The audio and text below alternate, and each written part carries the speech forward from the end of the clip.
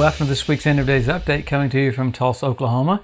We had such a great time in Illinois this last weekend. We were in Colchester, had a wonderful time. I'm finding out as we were there that everyone likes to watch the EDU to see England, not to hear about the coming of the Lord. No, it's great to see so many people excited about Jesus coming so soon. So we're coming to you every week to look at the different things that point to the coming of the Lord. And this weekend we'll be in Pittsburgh at Berean Fellowship. If you can join us, we'll do all day Saturday on faith, and then Sunday morning on end times. We'll have a great time. Come out if you're anywhere near there. We'll get into the Word and we'll be strengthened. There's something about the incorruptible seed. When it's sown, it grows up and it becomes. So every week we look at the different things that point to the coming of the Lord, and we say it every time. The second coming has tons of signs. The rapture is signless, so you kind of pick out on what's going to happen just after the rapture, and that's the Ezekiel 38 war. And I hear a lot of people that say it's going to happen before, not going to happen after, but it's the only time you see God intervene, because it's old covenant time again. It's like those 7-year period called the tribulation. God gets to kind of do things completely like old covenant, because he didn't intervene during the church age. He left it completely up to the church. So it's interesting to see how differently things are taken during the church age and not during the church age. So we look at the things that are set up for that. And my gosh, this last week, so many things happened that point to that. So let's pick up with what's happening. I like that they caught the guy from Lebanon coming across the border trying to plant explosive roadside bombs. That's happening. And man, the judicial changes in Israel, everyone's freaking out about it. But boy, let's get into some things that are happening behind the scenes. This is intriguing to see, literally prophecy coming to pass right in front of your eyes. You had Israel's Prime Minister Benjamin Netanyahu go to Europe this last weekend, specifically to Italy, signed a $9 billion oil and gas deal. Crazy. They're building a pipeline from Israel up into Greece, all the way into Europe, basically it'll give Israel such a financial blossom and benefit, but it'll be for Europe to be able to have some oil and gas because of what happened with Russia. This was supposed to be built a long time ago. It was always proposed by one proponents of it was the United States Secretary of State Mike Pompeo, and it got shot down by the Biden administration. And then Turkey wanted to be involved, wanted to have the pipeline go through there, but Turkey having all the earthquakes, it can't. So what a massive sale of energy that can come from Israel. Now this was prophesied years ago, even in a secular magazine called Fast Company magazine. It talked about Israel's energy bonanza, and you're seeing it come to pass. This next weekend, Netanyahu's going to Europe again to sign a $3 billion arms deal with Germany. So you got natural gas, you got armament going like this. So many things are happening like that. So let's pick up with more happening with Israel. Syria has brought down air defense systems down into Iran has brought air defense systems down into Syria because of what happened a couple of weeks ago. Remember the different things that got bombed in Syria?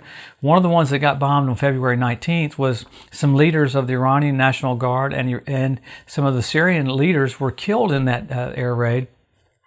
And then on the March 9th one, there were some missile specialists that were killed there in Aleppo. So Israel's targeting these people that are trying to annihilate them with those type of missiles. So there's a new system coming in from Iran. It's a pretty big air defense system. I do love that the United States asked Russia to hold back on supplying Iran with S-400 missile defense systems and that Su-35 fighter plane.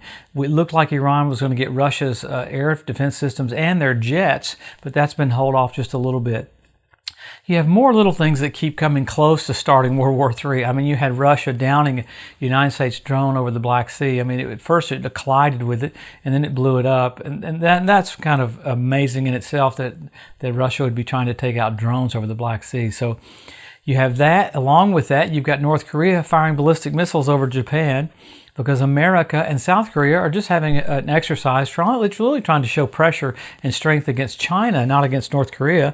Well, North Korea's ICBMs, they had them doing figure eights over the country of Japan. That's nuts. Who has intercontinental ballistic missiles do figure eights over land? So they're completely touting it's time for nuclear war. It's time to wipe out America. But you see the changes that are happening, really unusual undercurrent changes, like with Iran forming a deal with Saudi Arabia. That was basically a slap in the face with the Americans. Now, who formed that deal? This is diplomatic ties that were broken a long time ago, got reassessed and reshored up this last week. That was brokered by China. Israel said this gives China a big footprint in the Middle East. Why is that a big deal? You had Iran firing missiles from Yemen into Saudi Arabia, hitting oil refineries in Saudi Arabia. So, man, there's a lot of little interesting kind of what you would call groups coming together right before the coming of the Lord. Many more things keep happening. You have earthquakes in New Guinea. You got floods. You got all these things. You got the asteroids I talked about last week. One hit Texas. One hit France. I didn't even talk about the one that flew by close. We got one this week flying by close. So the uptick in all these things just tells us one thing, man, the King's about to come back. So how exciting.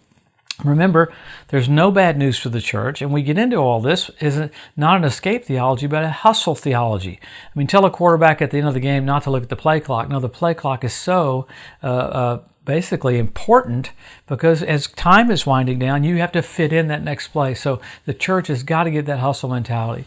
I love the different revivals that are breaking out all over. That one in Hammond, Louisiana is still going on quite a while. So there's just wonderful things happening along with horrific things happening that are a setup for the Ezekiel 38 war. And when you see the setup for that war, man, we're about to leave. So we do it every week. There's so much more happening. It's hard to even get into all of it. The complexity of what's happening with Russia and with China is so amazing right now to watch it play out right in front of our eyes. You had Italy's prime minister beg the International Atomic Agency to not let Iran go nuclear because he said, man, they want to wipe out Israel and they want to wipe out America, and next it'll be Europe. Let's go to the Word, though. What does the Bible say we'd see just before the coming of the Lord? Number one, Israel regathered, 1948.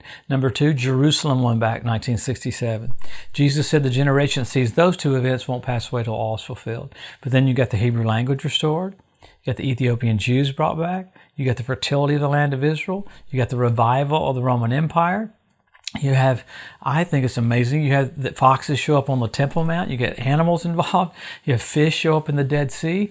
You had the Dead Sea this last year. It turned blood red where Sodom and Gomorrah was on the Day of Atonement. Absolutely amazing.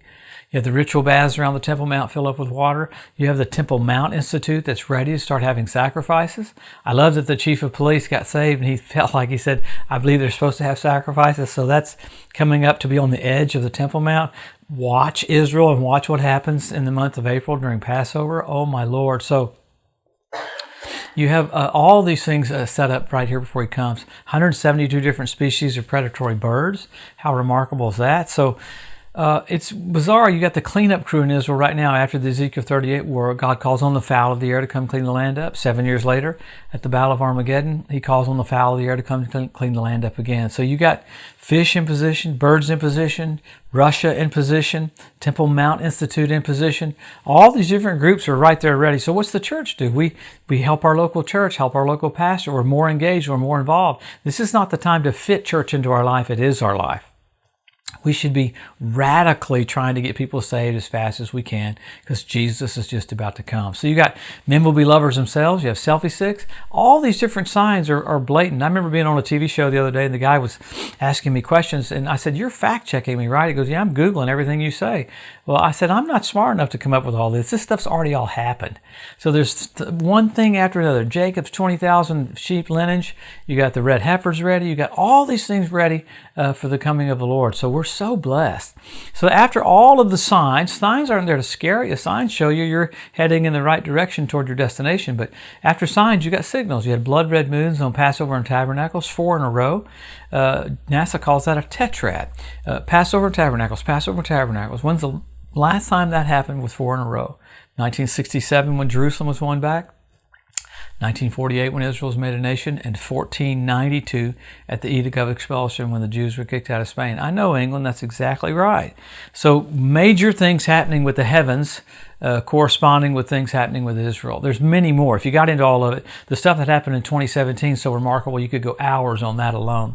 But then after that, you got the Bethlehem star, Jupiter, Regulus, Venus coming together at the birth of Jesus. Jupiter, king planet, Regulus, king planet, Venus, men are from Mars, women from Venus, Venus, a mother planet. The birth of Jesus, the constellation was Virgo. This last year, NBC Nightly News said, we have a celestial event.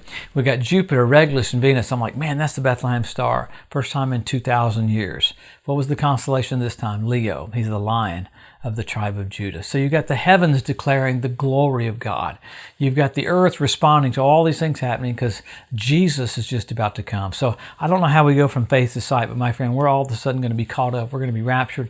It's not an escape theology. It's just like Enoch was raptured, just like Elijah was raptured, and Jesus was raptured. The church will be raptured because it's going to go back to old covenant time, and the church has so much authority, he has to take the church off the earth. So wonderful times ahead for us. Reward seat of Christ, marriage supper of the Lamb, and the second coming of Jesus. Wow. The earth getting ready for the entrance of the King. Wow. We'll come back next week. We'll get into what's happened. So many more things are happening that point to his return. Exciting days. These are Bible days. You're watching verses come to pass right in front of your eyes. Let's magnify Jesus, glorify him, and honor him, and lift him up. If he be lifted up, he'll draw all men unto him. Have a great week. We'll see you next Wednesday.